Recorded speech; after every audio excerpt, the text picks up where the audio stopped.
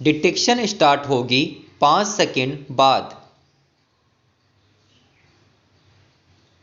Start. Deputy speaker महोदय, मुझे इस बात की बड़ी खुशी है कि आपने मुझे गांधी भवन के उद्घाटन का मौका दिया। महात्मा गांधी ने अपनी जिंदगी में जो कुछ किया वह सिर्फ हिंदुस्तान के लिए ही नहीं बल्कि सारी दुनिया के लिए है।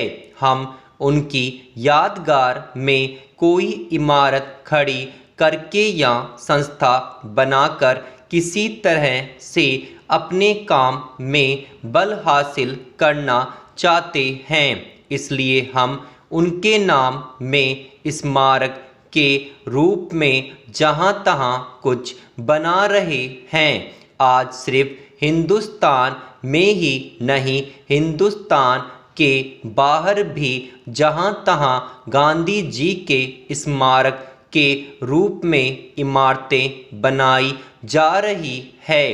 इसलिए कोई आश्चर्य की बात नहीं कि हैदराबाद के निवासियों को भी ऐसा ख्याल हुआ कि यहाँ इस प्रकार का स्मारक बनाया जाए।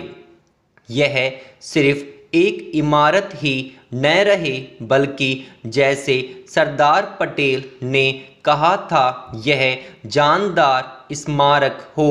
इसका अर्थ यह है कि वह केवल ईंट पत्थर का न हो बल्कि महात्मा गांधी ने जो हमें सिखाया और बताया था तथा उनके जो विचार थे उनका कोई जीता जागता रूप यहाँ देखने में आए। महात्मा गांधी ने अपने जीवन में कई बार कहा था कि किसी आदमी के लिए उसका शरीर कोई कीमत नहीं रखता, वह तो मिट्टी का पुतला है और फिर मिट्टी में मिल जाता है, मगर उसके पास कोई चीज़ रह जाती है तो एक तरफ उसकी आत्मा और दूसरी तरफ उसके किए हुए अच्छे या बुरे काम। इसलिए उन अच्छे कामों का नमूना हमारे सामने होना चाहिए और आपने यह बहुत अच्छा सोचा कि रचनात्मक काम के बारे में गांधी जी के जो विचार थे, जिन जिन चीज़ों में उनको खास दिलचस्पी थी, उन चीज़ों को लेकर आप इस स्मारक में काम करें और जो जो संस्थाएं इस तरह के काम में लगी हो यहाँ आप उनको भी जगह दें। इस भवन में रचनात्मक काम करने वालों के अलग अलग दफ्तरों के लिए अलग अलग स्थान रखा गया है। मैं आशा करता हूँ कि आपका काम दिन प्रतिदिन बढ़ेगा और गांधी जी का जो चित्र यहाँ बना रखा है उसकी ओर आपका ध्यान जाएगा। गांधी जी ने हमें जो कुछ सिखाया उसकी तरफ भी आपका ध्यान जाएगा।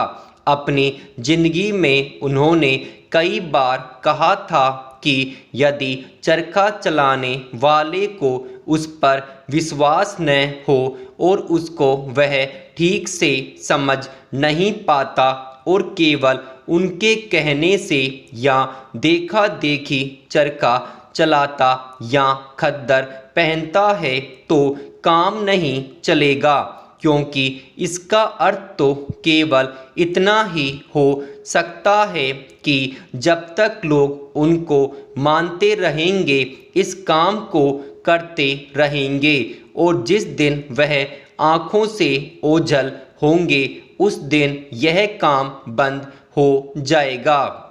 इसलिए वह कहते थे कि ठीक समझ करके करना चाहते हो तो करो, नहीं तो चरखे को जला दो, उसकी कोई खास जरूरत नहीं है। डिप्टी स्पीकर महोदय, उन्होंने अपनी आँखों के सामने समाज का एक ढांचा रखा था और वे चाहते थे कि समाज की पुनर्रचना उस नए ढांचे के अनुसार की जाए। अभी हम उस रास्ते पर नहीं चल सके हैं। मैं इस बात को दुख से मगर सच्चाई के साथ मानता हूँ कि समाज का जो रूप गांधी जी ने अपनी आँखों के सामने रखा था, हम उसके मुताबिक नहीं चल रहे हैं। हमारे सामने एक दूसरा ढांचा है और हम उस पर चलने का प्रयत्न कर रहे हैं। मैं यह नहीं कहना चाहता कि उसमें से कौन बेहतर है और कौन बुरा। मैं तो इतना ही कह देना काफ़ी समझता हूँ कि हम जिस रास्ते पर चलकर आज आगे बढ़ना चाहते हैं, वह रास्ता वह नहीं जो हमें उस जगह पर ले जाए जहां गांधी जी हमको ले जाना चाहते थे। हम अगर उसके ठीक विपरीत रास्ते पर नहीं तो कम से कम कुछ अगल बगल या कुछ दूसरी तरफ तो जरूर जा रहे हैं। हो सकता है कि हमारी आंखें आहिस्ता आहिस्ता खुले और फिर हम सीधे रास्ते पर आ जाएं। आज देश में जो रचनात्मक काम हो रहा है, उसकी मैं बड़ी कीमत इसलिए लगाता हूँ कि फिर कभी हम उस रास्ते पर आ सकेंगे, और अगर हमने इस काम को भी छोड़ दिया तो फिर इधर लौटने की कोई उम्मीद नज़र नहीं आती। इसलिए मैं चाहता हूँ कि हम इस रचनात्मक काम को पूरे बल और ताकत के साथ आगे बढ़ाते जाएं।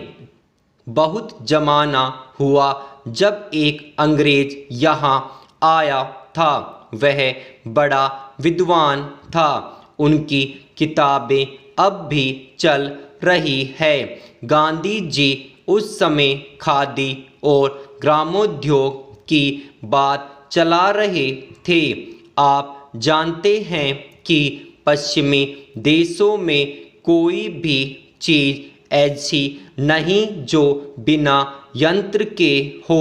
वहाँ सब काम मशीनों के द्वारा किए जाते हैं। यहाँ तक कि मेज पर खाना परोसने का काम भी खुद व खुद हो जाता है और आदमी को लाकर रखने की खास ज़रूरत नहीं पड़ती। वहाँ के आदमी ने आकर यह देखा कि हमारे यहाँ के लोग घर में बैठे बैठे रुई का सूत बना लेते हैं, उस सूत से कपड़ा बुनते हैं और उसी से घर में कपड़ा सी लेते हैं। उसने यह भी देखा कि यहाँ के लोग इसी प्रकार खेती के काम में भी धान को कूट पीस कर चावल बना लेते हैं। रोटी और तरह तरह की चीज़ें घर में ही बना लेते हैं और खा लेते हैं। हमारी इन सब चीज़ों को देखकर उसने कहा कि हम इन चीज़ों को अपने यहाँ कायम रखें। अगर पूरी तरह से नहीं तो कम से कम नमूने के तौर पर तो कायम रखे ही। एक दिन आएगा जब दुनिया सब मशीनों को छोड़ फिर इसी चक्की का उपयोग करेगी और इसी चरखे पर सूत काटेगी। यह बात मैंने 25-30 बरस पहले की कही है।